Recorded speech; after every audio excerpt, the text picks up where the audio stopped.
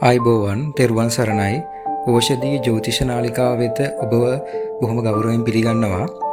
සියල්ලට ප්‍රථම ලබන්නා වූ සිංහල හින්දු අලුත් අවුරුද්ද ඔබගේ සියලු සිතුම් පැතුම් ඉටුවන සියලු බාධක කරදර ප්‍රශ්න ජයගෙන සියලු කටයුතු සාර්ථක කර ගැනීමට ශක්තිය ධෛර්ය වාසනාව ලැබෙන සුබම සුබ අලුත් අවුරුද්දක් වෙන්න කියලා මම ප්‍රාර්ථනා කරනවා.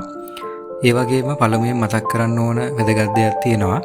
මම මේ වීඩියෝ එකෙන් කතා කරන්නේ 2026 අප්‍රේල් මාසයේ මිථුන ලග්න හිමියන්ගේ පොදු මාසික පලාපල කතනයක් විතරයි.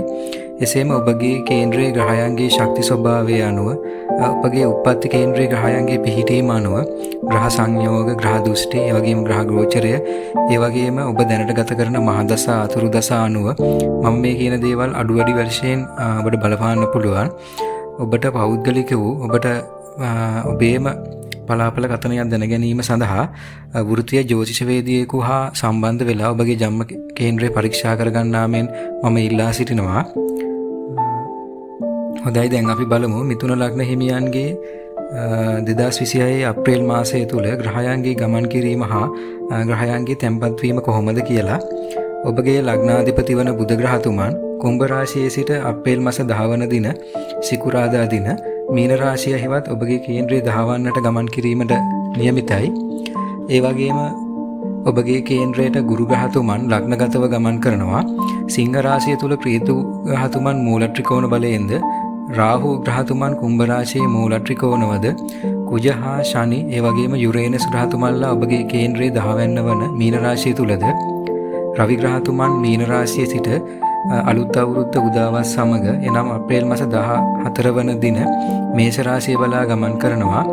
මේ පිහිටීම ජ්‍යොතිෂයේදී හඳුන්වන කෝටියක් දෝෂ භංග කරන ග්‍රහ පිහිටීමක් ලෙස ඒ විශේෂයෙන් මතක් කරන්න ඕන දෙයක්.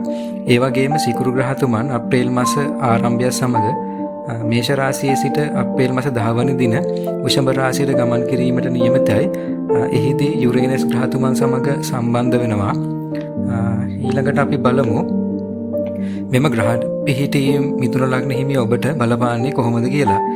ලග්නාධිපති වන බුධ ග්‍රහතුමන් වගේම රවි ග්‍රහතුමන්ගේ පිහිටීම මෙන්ම ගුරු ග්‍රහතුමන් ඔබගේ කේන්ද්‍රස්ථානයේ සිටීම නිසා ඔබට ආදායම් මිල මුදල් තත්ත්වයේ ඉහළ යාමද, වෙළඳ ව්‍යාපාර කටයුතු වල සාර්ථක වීමද, රැකියා ස්ථානයේ යම් ප්‍රමාණයක බාධා කරදර දුක්ඛම් කටළු තිබුණා නම් නියමිත පරිදි ඔබට උසස් වීම නොලැබුණා නම් ඔබ උසස් වීම සපුරා තිබුණත් ඔබට නියමිත උසස් වීම නොලැබුණු අයෙකු නම් මේ අප්‍රේල් මාසයේදී ඔබට රැකියා ස්ථානයේ උසස් වීමද නිසි ගෞරවයද ලැබෙන කාලයක් බව පෙන්වා දෙන්න පුළුවන්. ඒ වගේම ඔබ රැකියාවක් අපේක්ෂාවෙන් සිටින අයෙකු නම් නව රැකියා අවස්ථා උදා වීමද මේ කාලයේදී දකින්න පුළුවන් වේවි.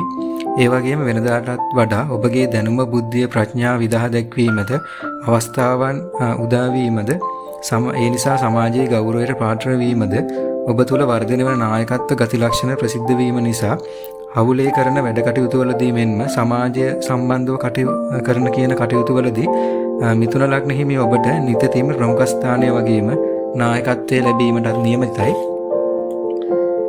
මිථුන ලග්න හිමි ඔයත් විවාහ වීමට අපේක්ෂාවෙන් සිටියා නම් මේ අප්‍රේල් මාසය තුල ඔබට උගත්, බුද්ධිමත් ඒ වගේම සමාජයේ ගෞරවයට පාත්‍ර වුණ කෙනෙකු සමග විවාහ වීමට අවස්ථාව උදා වෙන බව මම සතුටින් කියන්න කැමැතියි.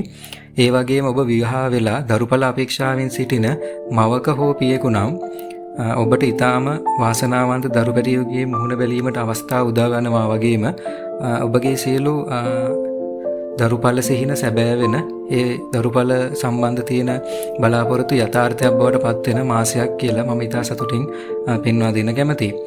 ඒ වගේම ඔබ වෙනදාට වඩා ආගම දහම කෙරෙහි නැඹුරු වීමද, ආගමික නායකයන් විශේෂයෙන් පූජ්‍ය පක්ෂය සමග වැඩි වශයෙන් කටයුතු කිරීමට අවස්ථාව උදා වීමටද හැකියාව තියෙනවා. ඊට අමතරව ආගමික ඥානය දියුණු වීමත් මිථුන ලග්න හිමියන් කෙරෙන් දකින්න පුළුවන් සුවිශේෂී දේවල් විදිහට පෙන්වා දෙන්න පුළුවන්. මේ 2026 අප්‍රේල් මාසයේ මිථුන ලග්න හිමි ඔබගේ අධ්‍යාපන කටයුතු සම්බන්ධව සලකා බැලීමේදී මිථුන ලග්න හිමි ඔබ උපතින්ම දැනුම, බුද්ධිය සහජයෙන්ම එහෙමත් නැත්නම් උපතේ සිටම රැගෙන එන නිසා ඔබට ඉතාම පහසුවෙන් විභාග, තරඟ ආදීන් බොහොම පහසුවෙන් ජය ලැබීමට අවස්ථාව උදා වෙනවා. ඒ වගේම දැනුම, බුද්ධිය, ප්‍රඥාව වර්ධනය කර ගැනීමට අවස්ථාව උදා වෙනවා. පොතපත කියවීමට වැඩි අවස්ථාවන් ඒ සඳහා වැඩි කාලයක් ගත කිරීමට හැකි වෙනවා. ලිපි ලේඛන කටයුතු ඉතා සාර්ථකව කරගෙන යාමට හැකිවීමත් ඒ වගේම ඔබ ග්‍රන්ථකරණ හැකියාව වර්ධනය වීමත් මේ මාසයේ දකින්න පුළුවන්. ඒ වගේම ඔබ කාලයක් තිස්සේ ඔබ සිහින මැව්වා නම් පොතක් ලිවීමට සංග්‍රහාවක් නිබන්ධනයක් එහෙම නැත්නම් පරිශ්‍රණ වාර්තාවක් ඉදිරිදැක්වීමට ඒ සියලු අරමුණු බලාපොරොත්තු ඉටු වෙන මාසයක් කියලා මේ අප්‍රේල් මාසයේ පෙන්වා දෙන්න පුළුවන්. සමස්තයක් විදියට ඔබගේ සියලු අධ්‍යාපන කටයුතු ඉගෙනීම් කටයුතු සාර්ථක වන මාසයක් විදියට පෙන්වා දෙන්න පුළුවන්. මේ දේවල් වලට අමතරව අප්‍රේල් මාසය තුලදී මිථුන ලග්න හිමියන්ගේ අසනීප හා රෝගාබාධ තත්ත්වයන් පිළිබඳව සොයා බැලීමේදී විශේෂයෙන්ම කොලෙස්ටරෝල් වැනි අහිතකර මේද තැන්පත් වීම නිසා ඇතිවන රෝගාබාධ ඇති වෙන්න පුළුවන්. එවැනි රෝගාබාධ තිබුණා ටිකක් උස්සන්න වෙන්න පුළුවන් ඒ රෝගාබාධ. ඒ වගේම ශරීරයේ මදක් තරබාරු වීම, කන්වල ආබාධ ඇතිවීම, විශේෂයෙන්ම ස්ත්‍රියක් එහෙම නැත්නම් කාන්තාවක් නම් ඔබ කන පළඳින කරාබු ආශ්‍රිතව පහසුවෙන් සුව නොවන කල්පවතින ඒ වගේම ඕජස් ගණන තුවාල තත්ත්වයන් ඇති වෙන්න පුළුවන්. තුනට හිරිවැටීම් වැනි අපහසුතාවයන් ඇතිවීම, කලව හා ධනයිස් ආශ්‍රිත රෝග පීඩා මතුවීම ඇති වෙන්න පුළුවන්. ඒ වගේම ඔබට බාල සහෝදර සහෝදරියන් සිටිනවා නම් ඔවුන්ගේ අසනීප තත්ත්වයන්ද අහන්න දකින්න පුළුවන් වෙන කාලයක් විදිහට පෙන්වා දෙන්න පුළුවන්. තව මතක් කළ යුතු සුවිශේෂීම කාරණයක් තියෙනවා. ඒ තමයි ඔබගේ උප්පත්ති කේන්ද්‍රයේ සඳු ග්‍රහතුමන් එහෙම නැත්නම් චන්ද්‍රයා 10 වෙන්නේ නම් ඔබට නියත වශයෙන්ම ජන්මයේ රාෂ්ටක තත්ත්වයක් උදා වෙනවා. මෙම ජන්මයේ රාෂ්ටකය වගේම ලග්නයේ රාෂ්ටක තත්ත්වයෙන් මුහුණ දෙන ආකාරය පිළිබඳව ඒ වගේම මේ සඳහා කළ යුතු වත්පිළිවෙත් කළ යුතු ශාන්ති කර්ම මම වෙනම වීඩියෝ එකකින් කතා කරලා තියෙනවා. නමුත් මම මේ වීඩියෝ එකේ ශාන්ති කර්ම ගැන කතා කරන්න යන්නේ නැහැ. මොකද වීඩියෝ එක දිග්ගැස්සෙන නිසා ඔබට ඒ සෙනසුරු අපලේ සඳහා කළ යුතු වත්පිළිවෙත්, ඒ රාෂ්ටක අපල සඳහා කළ යුතු වත්පිළිවෙත් දැන ගැනීමට අවශ්‍ය නම් මම පහළ ඩිස්ක්‍රිප්ෂන් එකේ වීඩියෝ එකේ link එක දාලා තියෙනවා. ඒ වීඩියෝ එකත් බලන්න කියලා මම ආදරෙන් මතක් කරනවා. ඔයාට මේ මාසික පොදු පලාපලයේ සම්බන්ධව, ඒ කියන්නේ මිථුන ලග්න හිමියන්ගේ මාසික පොදු පලාපලයේ සම්බන්ධව යම් දැනුමක්, අවබෝධයක්, ප්‍රයෝජනයක් වුණා නම් වීඩියෝ එකට ලයික් කරන්න, කමෙන්ට් කරන්න, තවත් නොදන්න කෙනෙකුට දැනගන්න ෂෙයා කරන්න. අපේ channel එක subscribe කරලා අපිව දිරිමත් කරන්න කියලා ඉල්ලා සිටිනවා. එහෙනම් තවත් වීඩියෝ එකකින් හමු වෙනතුරු ඔබට තෙරුවන් සරණයි. මම ජ්‍යොතිෂවේදී උදේශ් චානක.